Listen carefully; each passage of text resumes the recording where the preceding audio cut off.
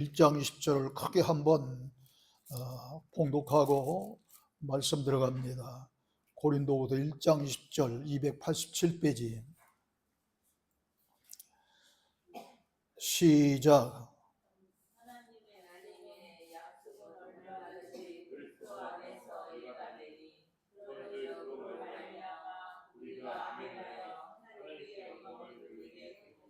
아멘.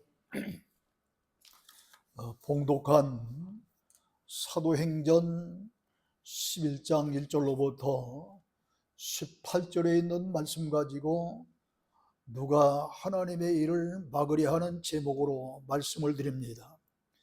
앞서 사도행전 10장에서는 하나님께서 환상 가운데에 베드로에게 이방인을 상징하는 짐승들을 보여주시고 일어나 잡아먹으라는 그러한 그 말씀을 하셨는데, 이 뜻은 바로 전도하라는 그런 명령이라고 그랬습니다. 베드로는 이와 같은 하나님의 명령을 받고도 그 그릇 속에 들어있는 짐승들이 속되고 깨끗하지 못하다고 먹기를 거부했는데, 성령의 지시를 받고 순종하여 가이사랴에 있는 고넬료의 가정에 가서 고넬료가 모아놓은 가족들과 또 친척들과 친구들 앞에서 하나님의 귀한 말씀을 전하니 그들에게 성령이 충만하게 임했습니다. 이를 보고 이제 베드로는 세례까지 그들에게 베풀었습니다. 참으로 놀라운 그런 기적이 일어났습니다. 이방인과 유대인들 사이에는 보이지 않는 큰 그 장벽이 가로놓여 있었는데, 그것은 바로 이 이방인을 베드로가 글 속에 있는 그런 환상을 보고 이제 속되고 깨끗하지 못하다고 한 것처럼 이방인들이 깨끗하지 못하고 속되다고 생각하면서 그들을 무시하고 천시했기 때문입니다. 그런데 이러한 말씀을 전할 때에 성령께서 그들에게 임하시고, 또 그를 보고서 베드로가 세례를 베푼 후에 본문 1절로 3절에 보면은 베드로가 이방인들과 같이 놀며 차고 또 먹기도 하고 이랬습니다. 그리고서 예루살렘 올라가니까 할례받은 그런 유대인 신자들이 베드로를 비난했어요. 할례받은 그런 사람들이란 바로 유대인 신자들을 말합니다. 이들은 예수님을 믿으면서도 유대주의 사상이 그대로 남아 있었기 때문에 베드로를 맹비난한 것입니다. 그때까지만 해도 유대인 신자들은 이방인들을 천시하는 마음이 그대로 남아 있었습니다. 그러므로 이방인들이 베드로가 전하는 말씀을 받았다는 그런 말을 듣고 이방인이 어떻게 하나님의 말씀을 받을 수 있단 말이냐 하면서 굉장히 의아스럽게 생각하고 깜짝 놀라면서 이방인들에게 말씀을 전한 베드로를 비난한 것입니다. 마태복음 28장 19절에 보면은 예수님은 너희는 가서 모든 족속을 모든 민족을 제자로 삼아 아버지와 아들과 성령의 이름으로 세례를 베풀라 말씀하셨습니다. 모든 그런 나라와 민족을 가리지 말고 이방인이 됐던 또 믿는 사람이 유대인이 됐던지 간에 갈 것 없이 다 복음을 증거하여 세례를 받도록 하라, 그런 이야기입니다. 또 사도행전 1장 8절에서도 우리가 잘 아는 대로 이 예루살렘에서 시작해서 온 유대와 그리고 북녘 땅인 그런 사마리아 땅, 나아가 세계 땅끝까지 이르러서 예수 그리스도의 증인이 되라고 그렇게 말씀을 하셨습니다. 그런데 이 유대인 신자들은 유대주의에 사로잡혀서 이 이방인들을 무시하고 있었기 때문에 이방인인 고넬료인에게 베드로가 말씀을 전했다고 깜짝 놀라면서 비난을 했던 것입니다. 나아가 이것으로 끝나지 아니하고 이방인들과 같이 먹고 잠을 자는 그런 유숙했다고 하는 것은 사실을 또 못마땅하게 생각하면서 더 비난을 한 것입니다. 이들은 예수 그리스도를 믿음으로 말미암아 정말로 모든 그런 관습을 타파함에도 불구하고 유대인의 전통과 관습과 모세의 율법을 탈피하지 못하고 바리새인과 같은 태도를 보였습니다. 유대인들은 하나님의 은혜와 복음을 자기들의 전유물로만 생각하는 아주 편협된 좁은 생각을 가지고 있었기 때문입니다. 예수님은 인종과 민족의 차별을 가리지 아니하고 믿고 구원받기를 원하셔서 땅끝까지 그리스도의 증인이 되리라고 말씀하셨건만 유대인 신자들은 인종과 민족 차별의 고루한 생각을 버리지 못했기 때문에 이처럼 이방인들에게 말씀을 전하고 그들과 함께 자면서 먹은 그런 베드로를 비난한 것입니다. 고넬료의 가정에서 말씀을 듣는 중 성령이 임한 사실을 저들은 아마 직접 보지 못했기 때문에 더욱 그랬을 것입니다.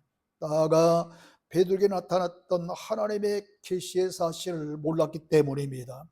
사실 베드로 역시도 유대인 그 신자들 못지아니하게 유대 사상이 그대로 남아 있었기 때문에 그릇 속에 들어있는 짐승들과 키는 것들과 나는 새들을 하나님께서 환상을 주시면서 일어나 그것들을 잡아먹으라고 했을 때에 속되고 깨끗하지 못하니 먹지 못하겠습니다. 그렇게 거절했던 것 아닙니까? 그러나 성령의 지시를 받고 고넬료가 보낸 사람들을 따라서 가이사랴에 있는 고넬료의 집에 들어가서 하나님의 말씀을 전할 때에 성령이 임하신 그런 놀라운 역사가 일어나는 것을 베드로는 말씀을 전하면서 보았습니다. 그렇기 때문에 이런 그 베드로를 향해서 이 유대인 그 신자들이 이 사실에 대해서 실질적으로는 찬양하고 위로와 존경을 해야 할 일이고 베드로는 그런 그 위로를 받고 존경을 받아야 될 인물입니다. 그러나 주님의 뜻에 무지하고 좁고 편협한 생각을 가진 유대인들의 신자들의 그런 논리가 이처럼 베드로가 말씀을 전할 때 그렇게 큰 역사가 일어났음에도 불구하고 비판하고 비난한 것입니다. 이와 같은 사실은 모세가 본처 십보라를 잃고 이방의 구수 여인을 아내로 맞이했을 때 율법주의에 사로잡혀 비방했던 아론과 미리암 같은 사람들입니다. 민수기서 12장 1절에 보면은 민족 지도자였던 신앙 지도자였던 모세가 자기의 본처 십보라가 죽고 난 뒤에 이방 여인 구수 여인과 결혼합니다. 이 십보라는 어떤 여인이냐면은 모세가 그 이스라엘 민족이 애굽에서 노예 생활하면서 고통을 당할 때 어느 날 그 노동의 현장에 나갔다가 애굽 사람들하고 또 그다음에 자기 그 민족들하고 싸우는 현장에서 자기 민족이 애굽 사람에게 처맞는 것을 보고서 분개하여 그만 그 애굽 사람을 쳐 죽입니다. 그 깜짝 놀라 모세는 그 애굽 사람 모래속에 파묻었는데 그 웬일입니까? 그 이튿날 동족들의 그런 또 나가보니까 동족들끼리 싸우는 거예요. 그래서 왜 동족들끼리 싸우느냐 그러니까 네가 재판장이냐면서 어저께는 사람 하나 죽여서 모래속에 파묻더니 오늘은 무슨 일을 하려고 그러느냐. 모세가 깜짝 놀랄 수밖에 없잖아요. 하늘이나 알고 자기만 알았는 줄 알았는데 자기 동족들이 알게 되는 거예요. 그것으로 끝나지 아니하고 이 소문이란 그냥 계속해서 팔방사방으로 그냥 퍼지지 않습니까? 결국은 바로 왕의 기속에 들어가게 되고 그로 말미암아 바로 왕에게 쫓겨날 수밖에 없는 운명에 처지니까 모세는 저 이드로의 광야로 도망치게 됩니다. 이드로의 광야에 도망쳐서 이드로의 양떼를 치는데 그 이드로의 딸 가운데 시보라라고 하는 여자가 있었어요. 그 시보라가 사람 됨됨이 괜찮고 또 아주 훌륭한 그러한 그 여인이었습니다. 그래서 그거를 이 시보라를 자기의 본처로 맞이했던 거예요. 그러니까 이드로가 제사장이었기 때문에 이 본처인 시보라는 이방 여인이 아니라 믿는 사람이죠. 그렇기 때문에 이 본처를 맞이하면 아무 이상이 없어요. 근데 본처가 죽은 후에 이 구수 여인을 이방 아내로 맞이했는데 구수 여인이 어떤 사람이냐면은 바로 저 노아의 손자요 함의 아들 구수 족속 가운데 한 여인입니다. 그러면 이 노아도 사실은 그 의인이잖아요. 그러나 노아의 심판 때에 다 죽고 노아의 가족 8명만 남았을 때에 죽은 후에 포도 농사를 지었는데 그 얼마나 풍년이 들었는지 포도로 술을 빚어가지고서 얼마나 마셨는지 그만 취해서 노아가 이렇게 결국 이 장막 속에서 무슨 일을 합니까? 그 취해서 막 다리를 흔들다가 하체가 드러나요. 그때 아들 함이 들어가서 그걸 보고 나와서 이 셈과 야벳에게 고소를 합니다. 아버지가 지금 술 취해가지고 야단났다고. 그러나 셈과 야벳은 그 이야기를 듣고 뒷발을 쳐서 아버지의 하체를 넣고 나옵니다. 얼마가 지나니까 노아가 술이 깨었습니다. 그때에 함을 저주함으로 말미암아 함은 소위 니그로라고 하는 흑인족 속에 그러한 그 조상이 됩니다. 그러므로 이 함은 저주받은 인생이에요. 이방인이 되는 겁니다. 그러니까 함의 그러한 그 아들 가운데 구수라고 하는 아들이 있는데 그 구수가 이런 족속이 구수 족속이에요. 그러니까 구수 여인 가운데에 이 여인을 모세가 후처로 맞이했으므로 본처 시보라 같은 여인이 아니라 이방 여인인 겁니다. 이걸 보고서 형 아론과 누이 미리암이 도대체 민족 지도자여 신앙의 지도자인 어떻게 모세가 이럴 수 있냐고 비방을 한 겁니다. 그러나 하나님은 이 아론과 그리고 미리암과 달리 그걸 오히려 비방했던 아론과 미리암을 책망합니다. 그것으로 끝나지 아니하고 또 미리암은 나병까지 들게 합니다. 이처럼 하나님은 모세 시대에도 이방인을 멀리하지 아니하고 용납하신 하나님이십니다. 따라서 모세가 이렇게 이방 여인 구수 여인을 아내로 취한 것은 이방인들도 예수 그리스도를 믿음으로 구원을 얻으리라는 구속의 은혜를 미리 그 시대에 이렇게 예시하여 주신 줄로 믿으시기를 주님으로 축원합니다. 그러니까 굉장히 그 믿음으로 말미암아 예수 그리스도를 믿음으로 말미암아 구원받는 것은 어느 민족, 어느 나라, 어느 족속 가리지 않고 누구든지 다 그렇단 말이죠. 그 사실을 율법 시대인 모세 시대에 미리 예시해 준 거예요. 그때 그 사건을 통해서. 그러므로 이방인이었던 우리도 사실 이방인 아니었습니까?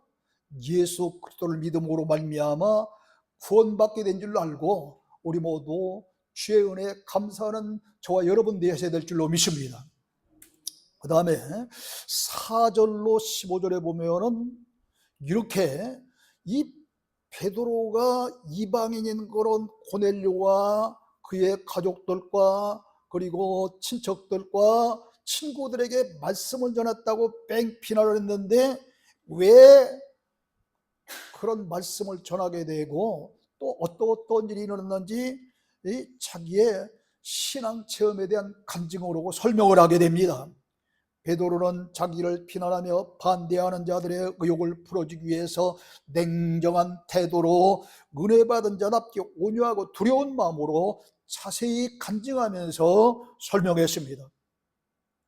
베드로가 요바에 있는 무두장이 가죽으로 제품을 만드는 그런 사람 무두장이라고 그래요.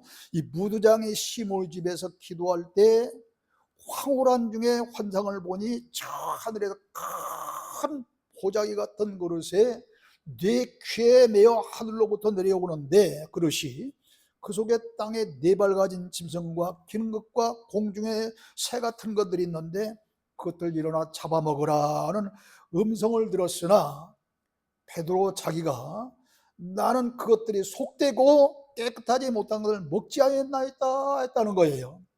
그랬더니 또다시 음성이 들리고 하나님이 깨끗하게 하신 것을 내가 속되다고 하지 말라면서 이런 일이 무려 3번이나 있은 후에 그런 보자기 같은 그릇이 그리고 그 속에 들어있는 4발 가진 짐승이며 기는 것들과 나는 새들이 다 몽땅 다 하늘로 올라갔노라 그랬습니다. 그런데 그때 마침 고넬료가 이제 가이사랴에서 보낸 사람들이 3명이 왔는데 성령께서 베드로에게 말씀하시기를 이들을 아무 의심하지 말고 따라가라 하셔서 다른 형제들과 함께 거기서 온 3명과 6명이 가서 고넬료의 가정에 들어가니 고넬료가 말하기를 천사가 사람을 요바에 보내어 베드로라는 사람을 청하라. 그가 구원받을 말씀을 전하리라 하는지라 당신을 모셔왔나이다 라는 거죠. 그래서 베드로가 내가 하나님의 말씀을 전하니 그들이 성령을 받았는데 처음 우리에게 하신 것 같이 성령이 임했노라 그랬습니다. 이게 무슨 말이냐면은 처음 성령이 임한 그 사건은 뭐냐면 예수님이 감람산에서 사도들과 120문도들이 보는 가운데에 승천하실 때에 사도행전 1장 4절에 보면 사도와 함께 모인 무리에게 이런 마지막 부탁을 합니다. 너희는 예루살렘을 떠나지 말고 내게서 들은 바 아버지께서 약속하신 것을 기다리라. 요한은 물로 세례를 베풀었으나 너희는 몇 날이 못되어 성령으로 세례를 받으리라는 그런 말씀을 하셨습니다. 이 말씀을 붙들고 이 사도들과 120명의 무리들은 마가의 다락방에 모여서 간절히 기도하는데 하루가 지나고 이틀이 지나고 열흘째 되니까 그날이 마침 오순절 날인데 성령이 충만히 임했던 그러한 그 사실이 처음 우리들에게 임했던 베드로가 얘기한 그날 그 사건인 것입니다. 이 오순절날 성령이 임했던 것처럼 내가 고넬료의 일행들에게 말씀을 전하니 그때처럼 성령이 받으라 하는 이야기입니다. 그리고 17절에 보면 내가 누구이기에 하나님을 능히 맡겠느냐 그럽니다. 베드로는 고넬료 일행에게 말씀을 전할 때 성령이 임하시는 것으로 주님의 말씀에 요한은 물로 세례를 베풀었으나 너희는 성령으로 세례를 받으리라는 말씀을 이 말씀이 생각났다는 거예요. 그런즉 하나님이 우리가 주 예수 그리스도를 믿을 때 주신 것 같은 선물을 그들에게도 줬으니 내가 누구에게 능히 하나님을 맡겠느냐, 하나님을 능히 맡겠느냐 그래. 이 이야기는 내가 누구이기에 감히 하나님이 하시는 일을 맡겠느냐는 말씀입니다. 그렇습니다. 하나님이 하시는 일은 어느 누구도 막을 수 없는 일입니다. 이스라엘 백성의 출애굽 사건을 보세요. 그 출애굽 사건이 일어나기까지는 마침 무슨 일이 벌어지냐면 400여 년 전에 형들에 의해서 미움받던 그런 그 요셉이 미디안 상인들에게 팔려서 그것도 은 20에 팔려갑니다. 그 요셉이 다시 애굽의 치루이 대장 보디발의 집에 팔려가는데 거기서 하나님이 그 팔려갔는데도 불구하고 형통함의 복을 주심으로 말미암아 총부가 되어져서 다른 그런 종들을 거느리면서 대장 노릇을 해요. 비록 종이지만. 그런데 이 요셉의 용모가 얼마나 잘생기고 멋있는지 주인 마님이 계속 동침하자고 유혹을 합니다.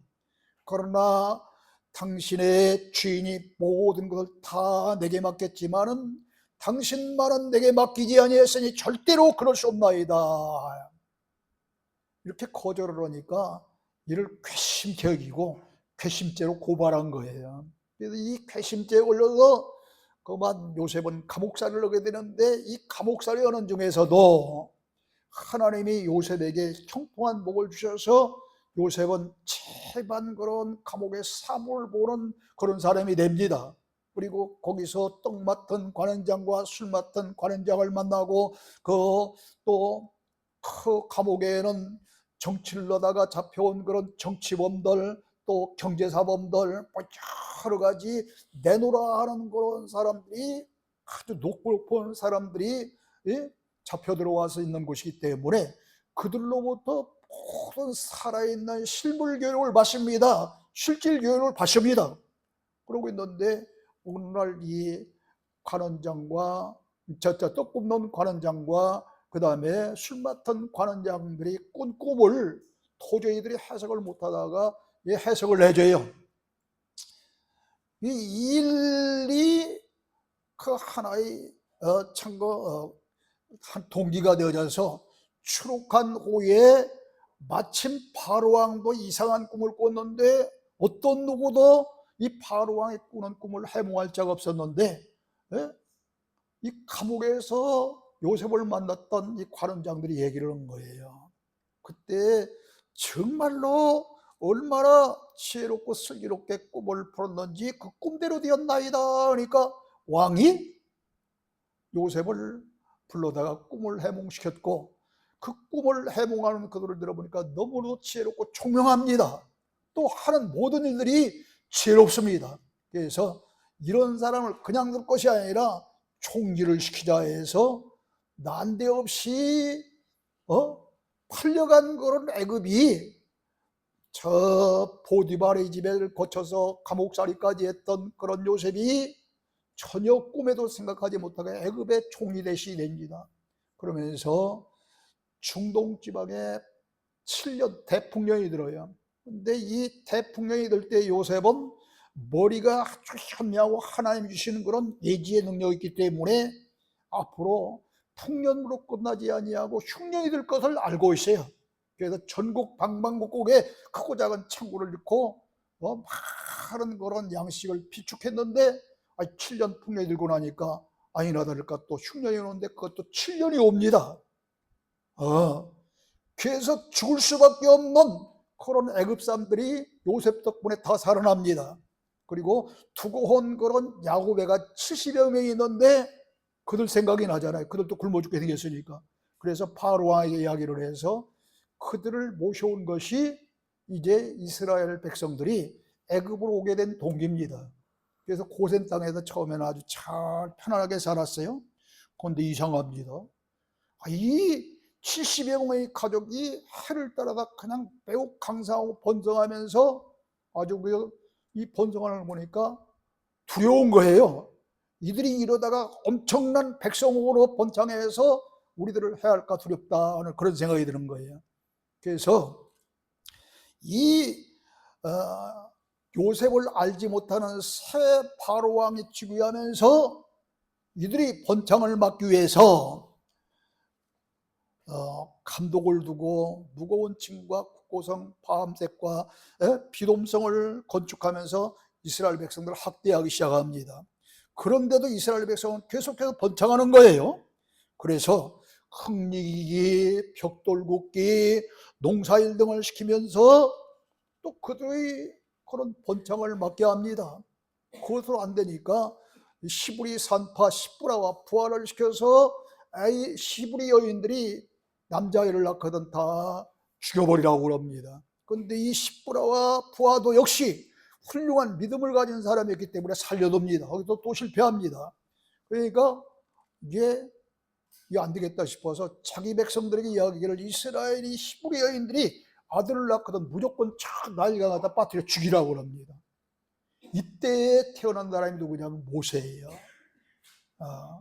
이 모세도 당연히 이 나일강에 빠져 죽을 수밖에 없는 그런 운명을 타고난 아이인데, 어머니가 그리고 아버지가 석 달 동안 숨겨 키우는데 울음소리가 점점 석 달이 지나니까 커지니까 날마다 순찰 때는 빙빙 돌고 더 이상 키울 수 없으니까 꾀를 낸 것이 소위 갈대 상자의 핏덩이 같은 어린 석 달짜리 이 모세를 그 속에 집어넣고 나일강변 갈대숲 사이에 던져버립니다. 하나님의 인도만 말한 거야. 그런데 하나님께서 그때 이 바로왕의 딸들을 목욕시키도록 보냅니다. 그래서 이 바로왕의 딸이 가서 이 모세를 보니까 여자 본연의 그런 모세가 발동해서 그를 구출합니다. 죽을 수밖에 없었던 운명에 태어난 그런 모세가, 아니 바로왕이 죽이라고 명령한 사람 아닙니까? 원수의 딸에 의해서 구출되는 거예요 이게. 그렇게 해서 이제 궁중 40년 동안 애굽의 학문을 닦고 같은 여러 가지 실물 교육을 받으면서 이제 아까 얘기했던 그런 살인 사건 때문에 미디안 왕에 가서 40년 동안 있다가 여러 가지 그런 연단을 받고 이제 출애굽의 지도자가 되는 것입니다. 이렇게 해서 이 도저히 구출받을 수 없었던 모세가 이스라엘의 신앙의 지도자, 정치적인 지도자가 되어 급기야 이스라엘 백성을 해방시킵니다. 하나님의 일을 누가 막습니까? 그런 그 권세 높은 바로왕도 못 막았습니다. 뿐만 아닙니다. 저 다리왕 때 이제 무슨 일이 벌어집니까? 다리왕이 총리 셋을 두었는데 그 총리 셋 가운데 저 이스라엘의 다니엘이 가장 지혜롭고 슬기로우니까 다른 총리들이 막 모여옵니다. 그러면서 그들이 꾸민 그런 모함이 뭐냐면은 30일 동안 왕 외에 신이나 다른 사람에게 구하면 사자굴 속에 집어넣읍시다 하면 조서를 만들어서 왕에게 상신합니다. 왕이 여인을 다 찍어버리는 겁니다. 그런데도 불구하고 다니엘은 예루살렘을 향한 창문을 열어놓고 매일 기도합니다. 이 소식을 들은 왕은 어쩔 수 없이 사자굴에 집어넣습니다. 사자굴 집어넣는데 사자는 이 다니엘의 털끝 하나 건드리지 않습니다. 하나님의 일을 누가 막습니까? 살아난 거예요. 아니 그뿐입니까? 저 느부갓네살 왕 때는 다니엘의 세 친구가 얼마나 믿음이 좋고 얼마나 아주 신앙이 좋은지 몰라요. 근데 그때 또 다른 사람들이 시기해 갖고 이제 이 느부갓네살 왕이 금신상을 만들어 놓고도 그 앞에 절하지 않는 사람들은 아주 맹렬히 뜨거운 풀무 속에 집어넣기로 했는데 누가 거기에 절합니까?